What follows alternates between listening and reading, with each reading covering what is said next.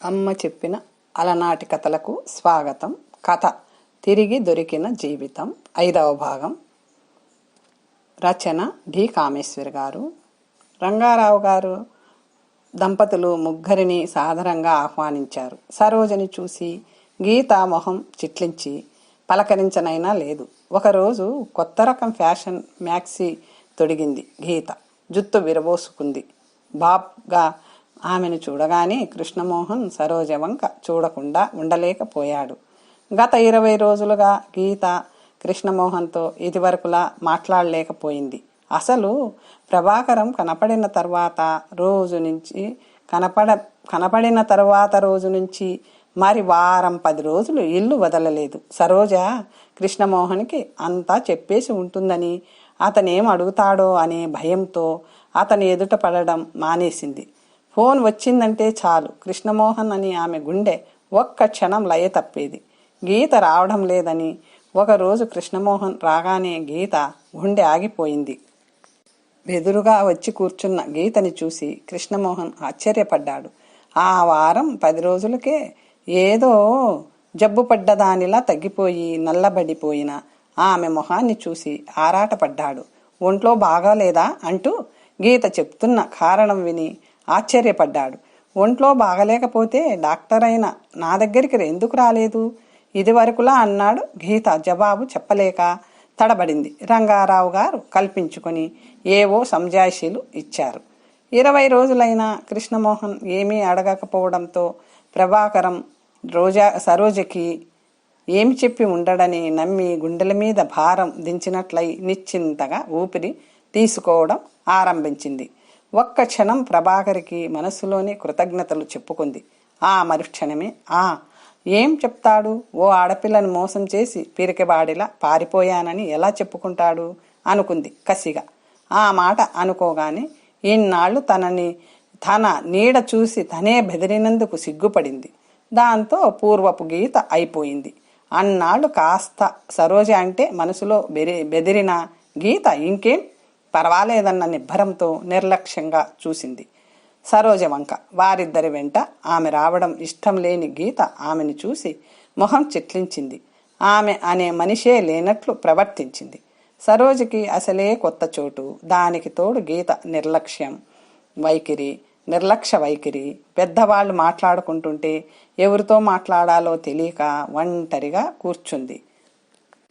అది గుర్తించాడు కృష్ణమోహన్. అందుకే మధ్య మధ్య సరోజతో చనువుగా మాట్లాడుతూ ఆమె కొత్త పోగొట్టాలని ప్రయత్నించసాగాడు. భోజనం దగ్గర కూడా సరోజ ఇది తిను అది తిను అంత మొహమాటం పడతావేం అని చనువుగా మాట్లాడుతుంటే గీత ఉక్రోషంగా చూసింది. అందంగా ఎంతో శ్రద్ధగా అలంకరించుకున్న తన ముస్తాబుని గమనించకుండా సరోజ చీర గురించి ఆమె సెలక్షన్ ఎంత మంచిదో చెప్తుంటే కోపంతో మండిపడింది. కోపం ఎలా చూపాలో అర్థం కాక మొహం ఎర్రబర్చుకుంది. భోజనం కాగానే సరస్వతమ్మ తను వెంట తెచ్చిన చీర, పసుపు, కుంకుమ, పళ్ళు సరోజ చేత బొట్టు పెట్టించి గీతకి ఇప్పించింది. చీర అందుకుంటుంటే గీత మొహం కాస్త విప్పారింది. ఆ సంబరం కాస్త చీర ప్యాకెట్ విప్పి చూడగానే పోయింది. దానికి తోడు కృష్ణమోహన్ గీత ఈ సెలక్షన్ మా సరోజది ఎలా ఉంది అన్నాడు. గీత మొహం కోపంతో జేవురించింది. ఆ చీర వంక సరోజ కట్టుకున్న చీర వంక మార్చి చూసింది. ఇద్దరిది ఒకే రకం రంగు వేరు అంతే. కట్టుకురా అమ్మా అంది సరస్వతమ్మ. ఆ పూలు పెట్టుకో. గీత విసురుగా ఆ చీర సోఫా మీద పడేసి కట్టుకోను. ఇంట్లో పనిపిల్లని ఇంటి కోడల్ని సరిసమానంగా భావించి మీరిచ్చిన ఆ చీర కట్టుకునేటంత గతిలేని దాన్ని కాదు. ఇది కూడా దాచి మరో పండక్కి ఆవిడకి ఇయ్యండి. నాకేం చీరల లోటు లేదు అంది వ్యంగ్యంగా. ఆ మాటలకి అందరూ ఒక్క క్షణం అచేతనులయ్యారు. అందరి మొహాలు నల్లబడ్డాయి. సరోజ మొహం మరీ మాడిపోయింది. అందరికంటే ముందుగా తేరుకున్నది కృష్ణమోహన్. కోపంగా గీత వంక తిరిగి గీత అన్నాడు కఠినంగా. గీత నిర్లక్ష్యంగా తల ఎగిరేసింది. మోహన్ నన్నింత అవమానించుతావని ఎన్నడూ అనుకోలేదు.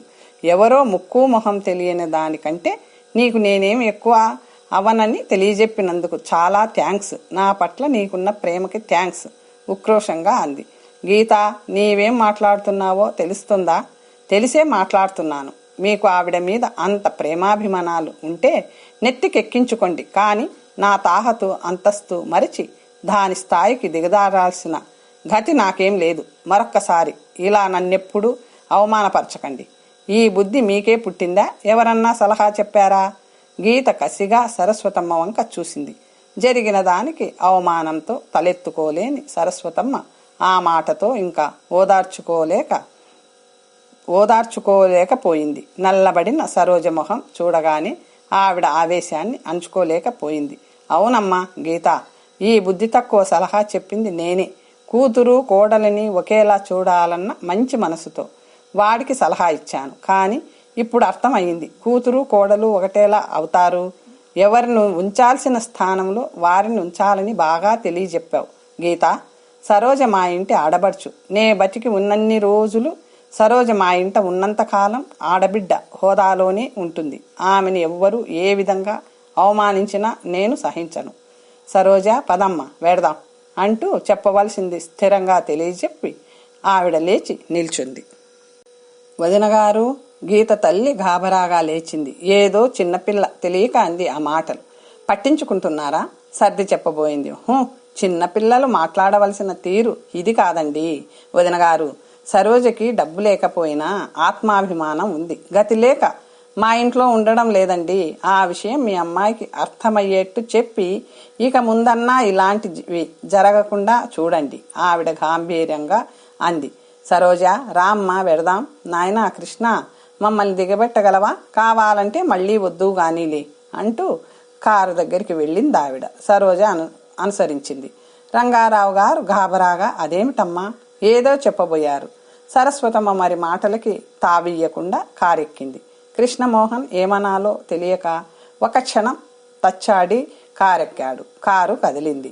సరోజ, చీకట్లో ఏం చేస్తున్నావు? మేడ మీద ఒంటరిగా కూర్చున్న సరోజని పలకరించుతూ లైట్ వేశాడు కృష్ణమోహన్. సరోజ గాభరాగా కొంగుతో కళ్ళు తుడుచుకొని లేని నవ్వు తెచ్చుకొని ఏం లేదు ఊరికే కూర్చున్నాను అంది. కృష్ణమోహన్ సూటిగా ఆమె వంక చూశాడు. ఏడుస్తున్నావా సరోజ? బాధగా అన్నాడు.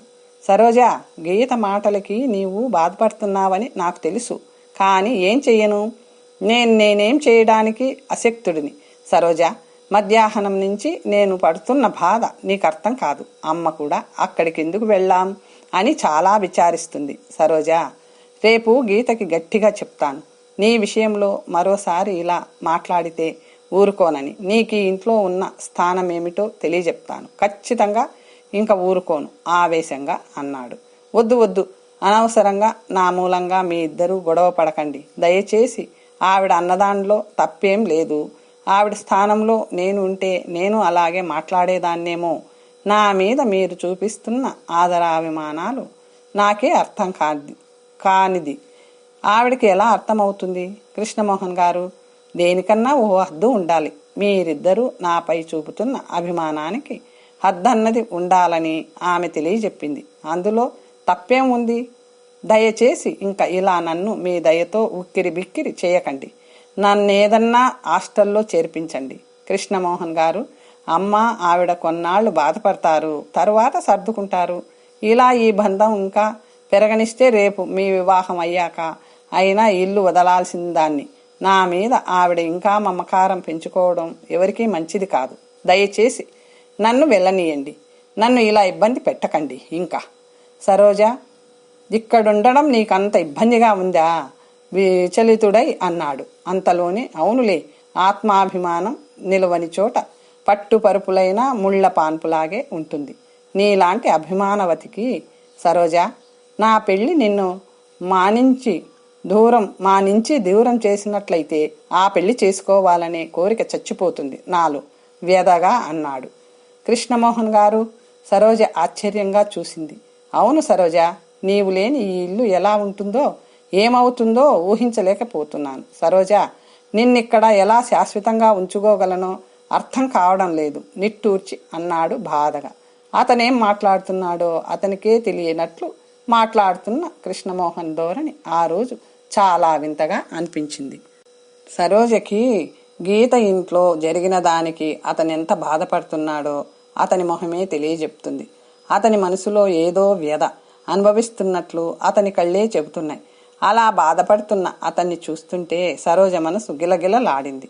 అతన్ని దగ్గరికి తీసుకుని ఓదార్చాలనిపించిన కోరికను బలవంతంగా అదుపులో పెట్టుకుని, మీరెవరు నేనెవరు అని నా కోసం బాధపడుతున్నారు. మీరు 4 రోజుల బంధం మనది అన్నది మర్చిపోకండి.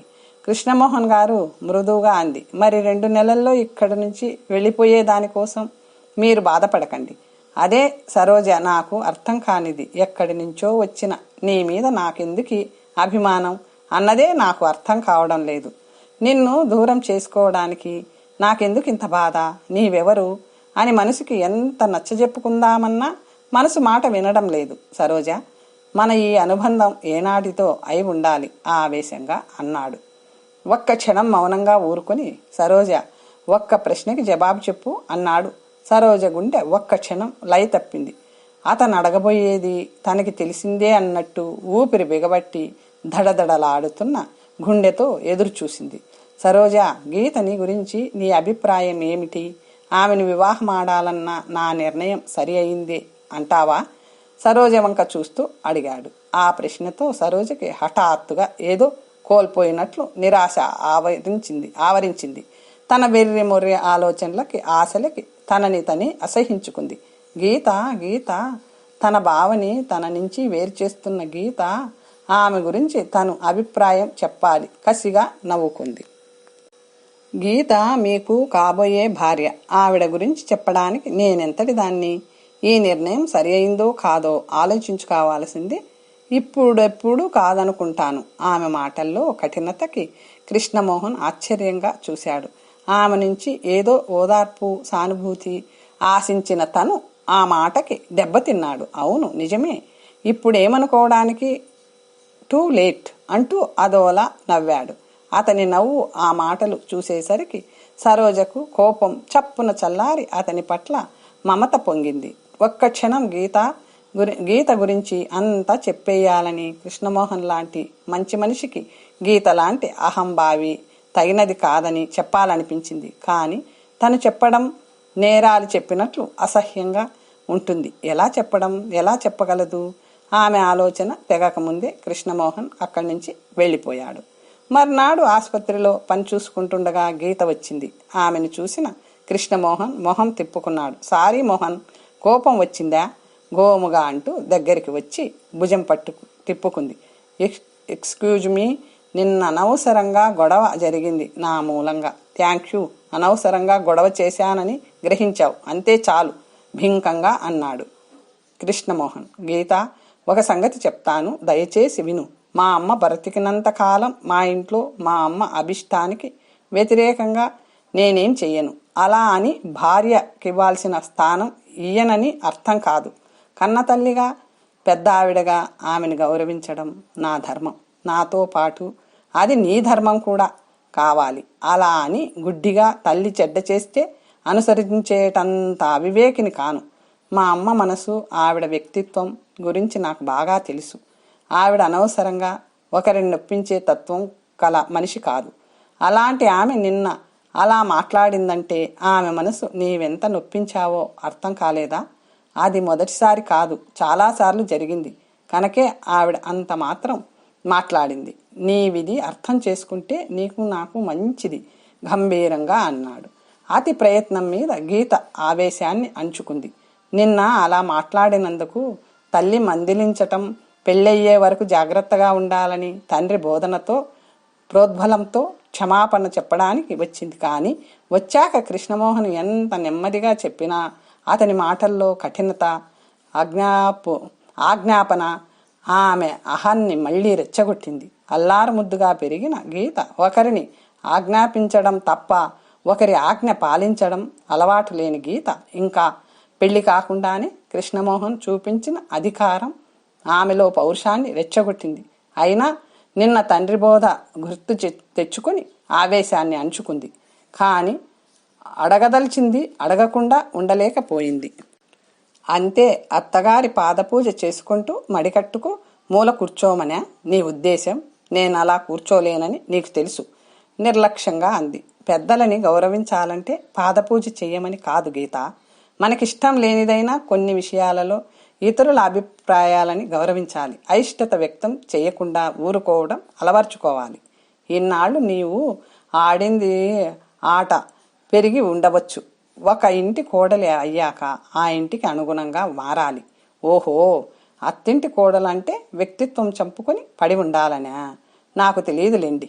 మోహన్, ఈ నాన్సెన్స్ నాకు చెప్పకు. ఇంతకీ నీ ఈ నీతిబోధ అంతా ఆ సరోజని ఏమీ అనవద్దని చెప్పడానికేనా? సరోజని మీ అమ్మ నీవు నెత్తికెక్కించుకున్నారు గనక నన్ను ఎక్కించుకోమని చెప్పడానికా? ఆ ముసలావిడకి బుద్ధి లేకపోతే నీ బుద్ధి ఇలా మారినందుకు చాలా విచారంగా ఉంది. వ్యంగ్యంగా అంది. మోహన్ మొహం ఎర్రబడింది. గీత, సరోజని ఏమన్నా అంటే మా అమ్మకు కాదు, ఇకపై నేను ఊరుకోను కఠినంగా అన్నాడు. ఆ మాటతో గీత మొహం జేవురించింది. ఓహో, అంత ప్రేమ అన్నమాట. ప్రేమ అభిమానమో నీకు అర్థం కాదులే. మోహన్, మా ఇంట్లో పనివాడిని నిన్ను ఒకలా ట్రీట్ చేస్తే నీకెలా అనిపిస్తుంది? హేళనగా రెట్టించింది. సరోజ పనిది కాదని 1,00,000 సార్లు చెప్పాను కోపంగా అన్నాడు మోహన్. అది మీరు అనుకోవచ్చు, కానీ నేను అనుకోవడం లేదు పెంకిగా అంది. కృష్ణమోహన్ విరక్తిగా చూశాడు. అనుకోకపోతే జరిగే అనర్థాలకి నేను బాధ్యుడను కాను విసురుగా అన్నాడు. అంటే? ఆవేశంగా రెట్టించింది. బెదిరిస్తున్నావా? గీత, ప్లీజ్ ఇక్కడి నుంచి వెళ్ళు, నన్ను రెచ్చగొట్టకు చిరాగ్గా అన్నాడు. గీత మొహం జేవురించింది. పెదాలు బిగబట్టి చూసింది. మోహన్, నీవు ఇంతలా మారిపోతావని నేనెప్పుడూ అనుకోలేదు. ఆ సరోజ వచ్చిన దగ్గర నుంచి నీవు మారిపోయావు. మోహన్, ఆ సరోజలో నీవేం చూశావు? ఆమె నాకంటే దేనిలో ఎక్కువని నిన్నింత ఆకర్షించింది? ఆవేశంగా ఉక్రోషంగా అంది. ఆ ఉక్రోషం ఏడుపులోకి దింపింది. అక్కడ కుర్చీలో కూలబడి టేబుల్ మీద మొహం పెట్టి ఏడవడం మొదలుపెట్టింది గీత. కృష్ణమోహన్ కంగారు పడ్డాడు. గీత, ఏమిటిది? ఎవరన్నా చూస్తే ఏమనుకుంటారు? మనం తర్వాత మాట్లాడుకుందాం. నువ్వు ఇంటికెళ్ళు. ఊహూ, వెళ్ళను అంటూ లేచి గబాల్న అతని గుండెల్లో మొహం దాచుకొని, Mohan, I love you Mohan, నాకు నా కాక నీ హృదయంలో ఇంకెవ్వరికి స్థానం ఇచ్చినా భరించలేను. మోహన్, నీవా? సరోజ గురించి నాతో మాట్లాడకు మోహన్, నేను భరించలేను. గీత, ఏమిటి మాటలు? వదులు, ఇది ఆస్పత్రి అని మర్చిపోతున్నావా అంటూ మృదువుగా వదిలించుకున్నాడు. ఇది వరకైతే కృష్ణమోహన్ ఇలాంటి అవకాశాన్ని వృధా పుచ్చేవాడు కాదు. ఈరోజు గీత స్పర్శ అతనిలో ఏ చైతన్యాన్ని, ఉద్రేకాన్ని రేకెత్తించలేదు. అంతేకాక గట్టిగా గీత ఆరోపణలు అబద్ధమని ఖండించలేకపోయాడు. అతనికి తెలియకుండానే అతనిలో ఈ మార్పు కలగడం అతనికి తెలియదు. కానీ గీత గుర్తించింది. అతను తనకు దూరమవుతున్నాడన్న సంగతి అర్థం అవ్వగానే గీత అతన్ని ప్రసన్నుడిని చేసుకోవాలని ఆరాటపడింది. చప్పున మొహ కవళికలు మార్చేసింది. అతని మొహం పట్టుకు తన వైపు తిప్పుకొని, వెళ్ళిపోతాను, నా మీద కోపం లేదని ఒక్క మాట చెప్పు అంది అర్థిస్తున్నట్లు. అంత బేలగా ఎప్పుడూ మాట్లాడని గీత మొహం చూసేసరికి కృష్ణమోహన్ మెత్తబడ్డాడు. కోపం లేదు. నీవు పెంకితనం, మొండితనం మానేసి ఇలా ఉంటే నాకెందుకు కోపం వస్తుంది అన్నాడు లాలనగా, నచ్చజెప్పే ధోరణిలో. మరి నేను ఇలా ఉండాలంటే అది నీలో ఉంది. నాకెప్పుడు కోపం తెప్పిస్తావు. నేనెంతో ప్రేమగా దగ్గరికి వచ్చేసరికి ఏదో అంటావు, నాకు కోపం వస్తుంది. గీత బుంగమూతి పెట్టి అమాయకంగా అంది. సరే బాబు, నీవింక పెడతావా? అవతల పేషెంట్లు కూర్చున్నారు అన్నాడు నవ్వి Mohan. Okay, by by, Tata అంటూ అతని చెంప సుతారంగా చేసి విలాసంగా బ్యాగ్ తిప్పుకుంటూ వెళ్ళింది గీత. అలా వెడుతున్న గీతని చూసి ఎందుకో నిట్టూర్చాడు మోహన్. సరోజ, ఇవాళ రవీంద్ర భారతిలో నుంచి డ్యాన్స్ ప్రోగ్రాం ఉంది. మోహిని భస్మాసుర డ్యాన్స్ డ్రామా వెడదామా? కృష్ణమోహన్ మధ్యాహ్నం నిద్రలేచి కాఫీ తాగుతూ అడిగాడు. నేనెందుకు? మీరిద్దరూ వెళ్ళండి అంది మూభావంగా. ఎవరిద్దరూ? కనుబొమ్మలు ముడిచి అడిగాడు మోహన్. సరోజ అదోలా నవ్వింది. మీరు మీ శ్రీమతి గారు. ఆ నవ్వు చూసేసరికి కృష్ణమోహన్కి కోపం వచ్చింది. నేను నా శ్రీమతి వెళ్ళేట్లయితే నిన్నెందుకు పిలుస్తాను? నీవు వస్తావో రావో చెప్పు. ఇంకో విషయం నీకు అనవసరం కోపంగా అన్నాడు. అతని అనవసర కోపానికి సరోజ కాస్త ఆశ్చర్యపడింది. అసలు ఈ మధ్య ఎందుకో కృష్ణమోహన్ చాలా చిరాగ్గా, అన్యమనస్కంగా ఉంటున్నాడు. ఎప్పుడూ సౌమ్యంగా చిరునవ్వుతో ఉండే అతని మొహం కళావిహీనమై ఏదో ఆలోచనలతో విసుగ్గా ఉంటున్నాడు. ఏదో సమస్య అతనిని వేధిస్తున్నట్లు కనిపిస్తున్నాడు. సరోజ, సరస్వతమ్మ 2-3 సార్లు అడిగినా ఏం లేదన్నాడు. ఏంటిరా ఆ కోపం? పక్కనే ఉన్న సరస్వతమ్మ సరోజ చిన్నబుచ్చుకోవడం చూసి సున్నితంగా మందలించింది. అవునమ్మా, గీతతో వెళ్లే మాట అయితే ఆవిడ గారికి ఇలాంటివి ఇంట్రెస్ట్ లేదని తెలుసు కదా. ఈవిడనెందుకు అడుగుతాను? ఏదో పోనీ సంగీతాభిరుచి అది ఉంది, ఇలాంటివి ఇష్టపడుతుందని పోనీ కదా అని నా మీద అంత జాలి మీకెందుకు లేండి, సరోజ ఉడుకుమోత్తనంగా అంది. ఎవర్రా? ఏమిట్రా ఇద్దరు చిన్నపిల్లల్లా వెళ్ళమ్మా. సరోజ సరదాగా ఎప్పుడూ ఇల్లు కదలనే కదలవు. వాడన్నట్టు నీకు ఇలాంటివి ఇష్టం కదా, వెళ్ళి రండి. మీరు రండి, మేమిద్దరం వెడితే ఏం బాగుంటుంది? ఎవరన్నా ఏదన్నా అనుకుంటారేమో బిడియంగా అంది సరోజ. నిన్నేం కొరుక్కు తిననులే. నాతో రావడం ఇష్టం లేకపోతే మాని, ఈ కుంటి సాకులు ఎందుకు? ఎవరో ఏదో అంటారట హేళనగా కవ్వించాడు. కుంటి సాకులేం కాదు, ఎవరో ఎందుకు? మీ గీతాదేవి గారికి తెలిసిందంటే అబ్బాయి గారేం చెబుతారో అప్పుడు ఆవిడ రేపొద్దున నిలేసినప్పుడు మొహం ఎలా మారుతుందో చనువుగా ఎగతాళి పట్టించింది సరోజ. ఆ ఎగతాళి ఇది వరకైతే స్పోర్టివ్గా తీసుకునేవాడు మోహన్. కానీ ఇప్పుడు మనసు బాగోలేని అతనికి సరోజ అతని చేతకానితనాన్ని ఎత్తి పొడుస్తున్నట్లు అనిపించింది. చాలా కోపం, ఉడుకుమోత్తనం వచ్చాయి అతనికి. ఏం అంత చెవట దద్దమ్మలా కనిపిస్తున్నానా సరోజ?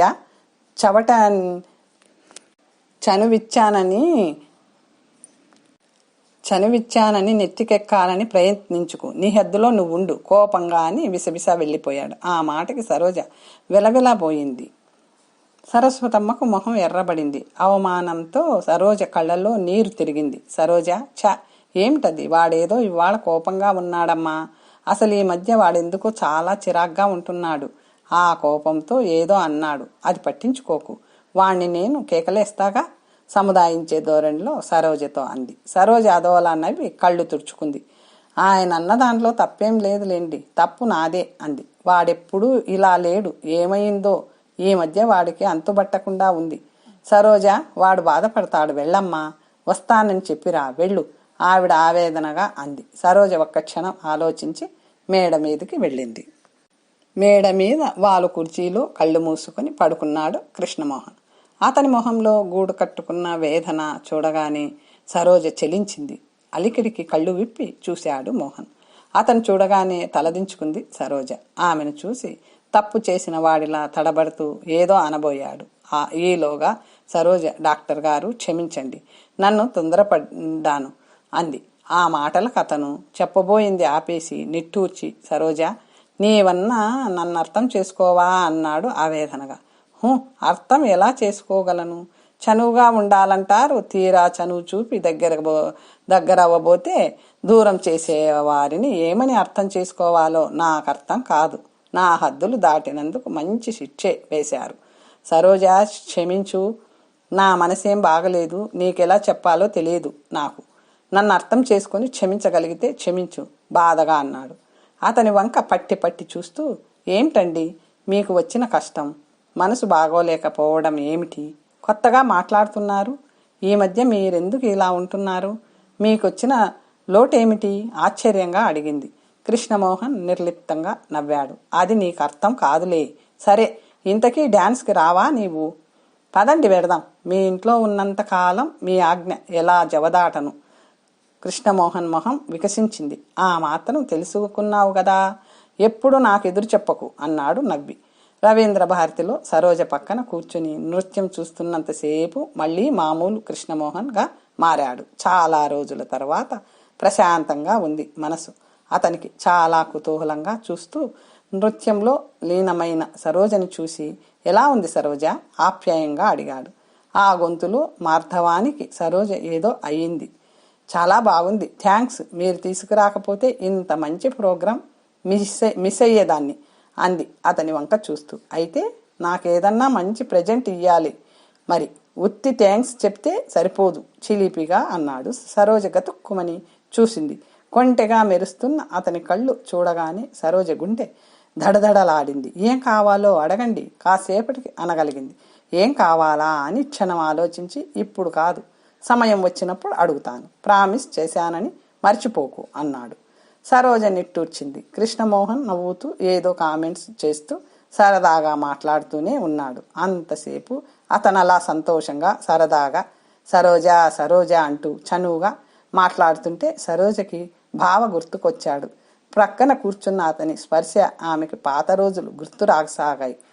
అంతలోనే ఆమెలో ఏదో నిస్పృహ, నిరాశ. కృష్ణమోహన్ బావ ఎలా అవుతాడు, తనకేం అవుతాడు, ఆశలు పెంచుకునే అవకాశం కూడా లేదు అని తెలిసినా ఈ మనసు అతని పట్ల ఎందుకు ఆకర్షితురాలవుతుంది? అతనిలో బావని చూసుకోవడం, దానివల్ల మరింతగా బాధపడటం, ఇంతేగా తనకు మిగిలింది. నిట్టూర్చింది సరోజ. తనకి తెలియకుండానే, ఏమిటి సరోజ అలా ఉన్నావు? ఇంతసేపు సరదాగా ఉన్నావు, ఇంతలో మళ్ళీ మూడ్ ఏమిటి మారిపోయింది అని ఆమెను గమనిస్తున్న అతను అడిగాడు. సరోజ తలదించుకుంది. చెప్పు సరోజ అన్నాడు మళ్ళీ. ఎందుకు చెప్పడం? మీరేం కార్చగలరా, తీర్చగలరా? ఊరికే పెద్ద ఏదో చేసేవారిలా ఎందుకు అడుగుతుంటారు? ఆమెకు తెలియకుండానే కాస్త కరుకుగా అంది. ఆమె కోపాన్ని అర్థమైనట్లు చూస్తూ, అవును నిజమే, నేనేం తీర్చగలను, సారీ క్షమించు అన్నాడు. ఆ మాటకి సరోజ మనసు చివుక్కుమంది. నీకేం కావాలి సరోజ? ఏదన్నా చేస్తాను నీకోసం, చెప్పు అనకూడదు. ఎందుకంటాడు? తన మీద జాలి తప్ప అతనికి మరో అభిప్రాయం ఏం లేదు. కాస్త సరదాగా మాట్లాడితే ఏదో వెర్రిమొర్రి ఆశతో భ్రమపడి పొంగిపోతుంది తను. సరదాగా వచ్చిన మూడు చెడిపోయింది సరోజకి. ఆమె హావభావాలు గమనిస్తున్న కృష్ణమోహన్ నిస్సహాయంగా నిట్టూర్చాడు. ప్రోగ్రాం అయిపోగానే ఇద్దరూ బయటికి వచ్చారు. గుంపులో ఇటు అటు మనుషుల మధ్య సరోజని ముందు నడిపిస్తూ కారు దగ్గరికి వచ్చి కృష్ణమోహన్ ఒక్కసారి ఉలిక్కిపడ్డాడు. కారు దగ్గర నిల్చున్న గీతని చూడగానే ఇద్దరు సర్పదష్ట్రుల్లా అచేతనంగా నిలబడిపోయారు. గీత కారు నానుకొని నిల్చుంది. మెరుస్తున్న కళ్ళతో కృష్ణమోహన్ని సరోజని కళ్ళు కదపకుండా మార్చి మార్చి చూసింది. ఆమె మొహం నల్లగా మాడిపోయింది. ఆమె కళ్ళు అసూయ ద్వేషాలను కక్కుతున్నాయి. కృష్ణమోహన్ ఒక్క క్షణం అచేతనుడై తరువాత నెమ్మదిగా తేరుకున్నాడు. గీత అన్నాడు ఆశ్చర్యంగా. ముందుకు అడుగు వేసి సరోజ గీతని ఆ విధంగా చూడగానే బిక్క చచ్చిపోయినట్లు దోషిలా తలదించుకుంది. గీత నీవు తడపడ్డాడు కృష్ణమోహన్. నేనలా వచ్చానా అడగడం నాకెలా తెలిసిందనా ఈ ఆశ్చర్యం? ఏం దొంగతనం బయటపడిందని భయంగా ఉందా? తీక్షణంగా చూస్తూ కఠినంగా అంది గీత. మోహన్ సాయంత్రం నాతో క్లబ్కు రమ్మంటే అర్జెంటు పని అన్నావు. ఇదేనా అర్జెంటు పని? నాతో అబద్ధాలాడి ఈవిడతో డ్యాన్స్కి రావడాన్ని కన్నమాట. ఈ ఎత్తు తీక్షణంగా గొంతు హెచ్చించి అంది. గీత గొంతు విని కార్లెక్కిపోతున్న కొందరు ఆశ్చర్యంగా ఇటు చూడసాగారు. అది గమనించిన మోహన్ సిగ్గుతో, గీత రా, ఇంటికెళ్ళి మాట్లాడదాం సౌమ్యంగా అని కారెక్కిపోయాడు. అవసరం లేదు, ఆవిడని వెంటబెట్టుకు వెళ్ళు, పాపం ఇంకేం షికార్లు మిగిలిపోయాయో, నేనెందుకు అడ్డం మీ మధ్య విసురుగా అంది ఉక్రోషంగా చూస్తూ. అందరూ కుతూహలంగా ఇటు చూస్తుంటే తల కొట్టేసినట్లయింది అతనికి. సిగ్గుతో మొహం ఎర్రబడింది. గీత చూడు, అందరూ ఎలా చూస్తున్నారో, ప్లీజ్ లోపలికి రా. మోహన్ మాట దాటేయాలని చూడక, అందరూ చూస్తే సిగ్గుపడాల్సింది నీవు గాని నేను కాదు. నిజంగా ఎవరో చూస్తారని అనుకుంటారని నీకుంటే. గీత ధోరణి చూసేసరికి మోహన్కి భగ్గుమంది. నడిబజార్లో నిలబెట్టి సభ్య సంస్కారాలు మరిచి అందరి ఎదుట ఇంత చిన్న విషయానికి యాగి చేస్తున్న గీతని చూస్తే అతనికి కోపం కట్టలు తెంచుకుంది. గీత వంక తిరస్కారకంగా చూసి సరోజ రా వెడదాం అంటూ కారెక్కాడు. అంతవరకు జరుగుతున్న దానికి సిగ్గుతో తలవాల్చుకున్న సరోజ కారెక్కింది. మోహన్ గీత వంక చూడకుండా విసురుగా వెళ్ళిపోయాడు. కారు స్టార్ట్ చేసి మోహన్ నిర్లక్ష్యం గీతకి తల కొట్టేసినట్లయింది. అవమానంతో ఆమె గుండె భగ్గుమంది. విసురుగా కారెక్కి దబాలున తలుపు మూసి ఆ కోపం ఎక్సిలేటర్ మీద చూపించింది. మరునాడు మధ్యాహ్నం కృష్ణమోహన్ భోజనం చేస్తుంటే సరస్వతమ్మ గీత తండ్రి ఉదయం పురోహితుడిని వెంటబెట్టుకుని పెళ్లి ముహూర్తం నిర్ణయించడానికి వచ్చినట్టు చెప్పింది. నీకోసం చాలాసేపు కూర్చున్నారు నాయన, నీవెంతకీ రాకపోతే సాయంత్రం మళ్ళీ వస్తానని వెళ్ళారు. ఈ నెలలో మీ నాన్నగారి సంవత్సరికాలు అవగానే మళ్ళీ నెలలో ముహూర్తం ఉందట. నిశ్చయం చేస్తానన్నారు. నీవు లేకుండా నేనేం అనను, అందుకే సాయంత్రం వస్తామన్నారు. తల్లి ఆ మాట చెప్పగానే కృష్ణమోహన్ కలవరపడ్డాడు. ఏదో పెద్ద ఆపద నెత్తిన పడిన వాడిలా దిగాలు పడిపోయాడు. ఇంకా భోజనం తినలేక పోయాడు. అన్నం కెలుకుతూ కూర్చున్న కొడుకుని చూసేసరికి ఆవిడకి కడుపులో దేవినట్లయింది. కొడుకు అంతరంగం ఆమె అర్థం చేసుకుంది. అన్నం తినరా నాయనా అంది ఆర్ధతగా. వద్దమ్మా, ఏమిటో ఆకలిగా లేదు అంటూ కంచంలోనే నీళ్లు పోసి లేచిపోయాడు మోహన్. అమ్మా, ఒకసారి మేడ మీదకి రా అన్నాడు. వంటావిడ ఎదురుగా మాట్లాడడం ఇష్టం లేక. నిన్న రాత్రి డ్యాన్స్ ప్రోగ్రాం నుంచి వచ్చాక కృష్ణమోహన్ ఎవరితో మాట్లాడకుండా మేడ మీదకి వెళ్ళిపోయాడు. సరోజ వచ్చి భోజనానికి పిలిస్తే అన్నం తిన్నానన్నాడు. సరోజ ద్వారా జరిగిన సంగతి విన్న సరస్వతమ్మ నిట్టూర్చింది. ఆవేదనగా సరోజ కృష్ణమోహన్ డ్యాన్స్ ప్రోగ్రాంకి వెళ్ళాక కాసేపటికి గీత వచ్చింది. సరస్వతమ్మ అనాలోచితంగా యథార్థం చెప్పింది. దాంతో కళ్ళు తాగిన కోతిలా గీత ధుమధుమలాడుతూ విసురుగా వెళ్ళిపోయింది. కానీ అక్కడికి వెళ్ళి నడి రోడ్డు మీద రభస చేసిందని వినగానే సరస్వతమ్మ చాలా బాధపడింది. కొడుకు మనస్తత్వం జరిగిన ఆమె మోహన్ జరిగిన దానికి ఎంత బాధపడుతున్నాడో అర్థం చేసుకుంది. ఇంకా ఆ పూట ఏం చెప్పినా అతను భోజనం చేయడని తెలుసు కనుక బాధగా నిట్టూర్చింది. పాలు పంపించింది సరోజ చేత. జరిగిన దానికి జరుగుతున్న అన్నింటికి తనే మూల కారణం అన్న బాధతో సిగ్గుతో సరోజ చితికిపోతుంది. వెళ్ళిపోతానంటే వెళ్ళనీయరు. ఉంటే గీత వల్ల అడుగడుగునా ఎదుర్కొనే అవమానాలు ఆమెకి తలనొప్పిగా తయారయ్యాయి. ఏమైనా ఇంకా తనక్కడ ఉండడం అసాధ్యంగా తయారైంది. ఆమెకి ఏమైనా కృష్ణమోహన్ని ఒప్పించి వెంటనే వెళ్ళాలి దృఢ నిశ్చయం చేసుకుంది సరోజ. పాల గ్లాస్ పట్టుకొని దగ్గరికి వెళ్ళి లైట్ వేసింది. లైట్ తీయే, కళ్ళకి చేతులు అడ్డం పెట్టుకొని చిరాగ్గా అన్నాడు మోహన్. పాలు తీసుకొచ్చాను తాగండి అంది సరోజ మృదువుగా. నాకేం వద్దు, ముందు లైట్ ఆర్పి వెళ్ళు కరుకుగా అన్నాడు కళ్ళు తెరిచి తీక్షణంగా చూస్తూ. బాగుంది మధ్య కోపం నా మీద చూపిస్తారే, పాలేం చేశాయి తాగండి అంటూ చనువుగా నవ్వి దగ్గరికి వెళ్ళి పాల గ్లాసు అందించింది. ప్రశాంతంగా చిరునవ్వుతో అభిమానంగా దగ్గరికి వచ్చిన సరోజ కళ్ళల్లోకి చూశాడు మోహన్. ఏం అనలేక గ్లాస్ అందుకొని, సరోజ, నా మీద కోపంగా అసహ్యంగా లేదు నీకు? ఈ పిరికివాడిని చూస్తే జాలి అనిపిస్తుందా నీకు అన్నాడు వ్యధగా. అవును, జాలి వేస్తుంది మిమ్మల్ని చూస్తే. లేచి కూర్చుని కలతలన్నీ కౌగిలించుకొని మా ఇద్దరి మధ్య నలిగిపోతున్న మిమ్మల్ని చూస్తే నిజంగానే జాలిగా ఉంది నాకు. ఇంకా ఏమైనా సరే నా వల్ల మీరు మనశ్శాంతికి దూరం అవ్వడం నేను సహించను.